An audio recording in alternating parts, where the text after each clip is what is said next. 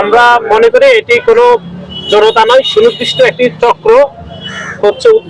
উদ্দেশ্যকৃতভাবে এবং পরিকল্পিতভাবে হত্যাকাণ্ডে যেন প্রকৃত আসামি গ্রেপ্তার না হয় সেজন্য নজরকে অন্যদিকে দিতে এরকম হচ্ছে মব তৈরি করেছে বলে আমাদের মনে হয়েছে পরিকল্পিতভাবে। যেটা আমি আমার সাধারণ সম্পাদকের সাথে যুক্ত করছি, অর্থাৎ যারা বিগত 5 আগস্টের পরে মব করে করে অনেকগুলো তাদের অসৎ উদ্দেশ্য বাস্তবায়ন করেছে, যারা ক্যাম্পাসে লেজুর ভিত্তিক ছাত্র রাজনীতি কিংবা ক্যাম্পাসে ছাত্র থাকবে নানাবিধ বয়ানের মব করেছে, এখনো তারা সক্রিয় রয়েছে মব করার জন্য। কিন্তু আমরা অনুরোধ জানাচ্ছি, উসমান হাদি সংকটাপন্ন অবস্থায়, সে আমাদের জুলাই যুদ্ধ, আমাদের সহযোদ্ধা, জুলাই আগস্ট গণঅভ্যুত্থানে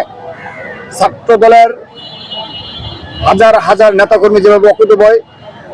নির্ভীক সৈনিক হিসাবে রাজপথে ছিল, আমাদের হাদিও আমাদের তাদের মতোই রাজপথে ছিল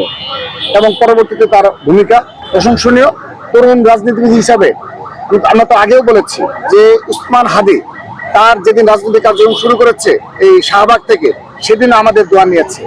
এবং ওর প্রতিটি স্টেপে আমাদেরকে গেস্ট করে ইনকলাব মঞ্চ প্রতিটি গেস্ট করার চেষ্টা করেছে, আমাদেরকে প্রতিটি প্রোগ্রামে দাওয়াত করেছে। তো আমাদের সহযোদ্ধা, জুলাই যোদ্ধা,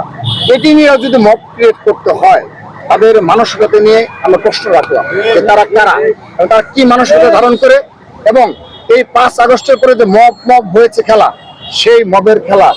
আর যেন বাংলাদেশে কখনো না চলে। সেজন্য আমরা অনুরোধ জানাচ্ছি আইন শৃঙ্খলা রক্ষাকারী বাহিনীকে